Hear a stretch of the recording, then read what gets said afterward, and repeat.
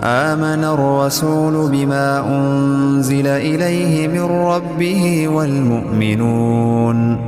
كل آمن بالله وملائكته وكتبه ورسله